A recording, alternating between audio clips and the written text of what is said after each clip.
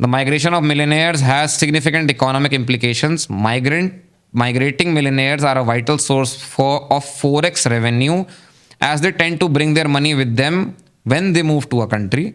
Also, around 20% of them are entrepreneurs and company founders who may start new business and therefore create local jobs in the new country.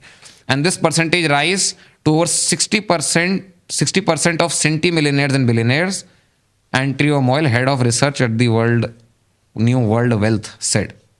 तो US के अंदर ना एक बहुत भयानक law है.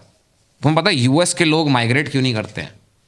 इसके पीछे क्या कारण है कि यूएस के लोग, यूएस में इतनी सिचुएशन खराब होने के बाद भी वो लोग माइग्रेट नहीं करते. अगर वो अपनी कंट्री से माइग्रेट करेंगे तो उन्हें जिस कंट्री में रह रहे हैं वहां का भी टैक्स पे करना है, एंड देन जिस वो यूएस के सिटीजन है क्योंकि, तो उन्हें यूएस में भी अपना टैक्स पे करना है. हाँ, यूएस के अंदर ये नियम है कि भले तुम साला इंडिया में क्यों ना रह रहे हो या तुम साउथ कोरिया में क्यों ना रह रहे हो, तुम अगर वहां कमा रहे हो तो पहले तुम वहां टैक्स पे करोगे, ठीक है? फिर जो पैसा बच जाएगा उसमें तुम यूएस में टैक्स पे करोगे.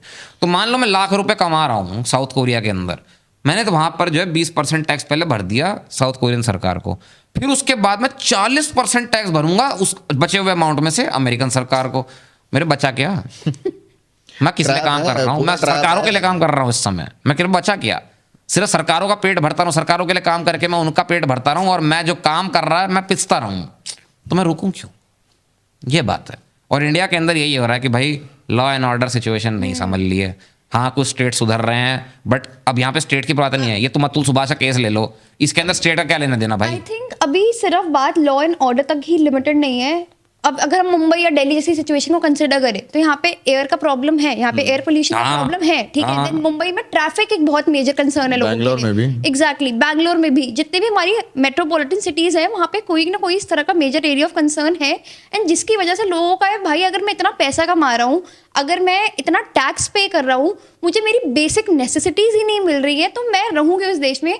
ऑनेस्टली अगर मेरे पास भी कभी एक मौका होगा, अगर ये देश छोड़ के जाने का, तो आई वुड ऑल्सो प्रेफर कि मैं जाके दुबई में रहना प्रेफर करूंगी, बिकॉज ए मेरे को टैक्स नहीं पे करना, बी मेरे वहाँ पे जितने भी आसपास लोग हैं, आई एम लाइक दुबई में मिलेनियर्स एंड बिलियनियर्स लोग रहते हैं, then they have these entrepreneur mindset जहाँ पे आप अपना बिजनेस भी बूम कर सकते हो.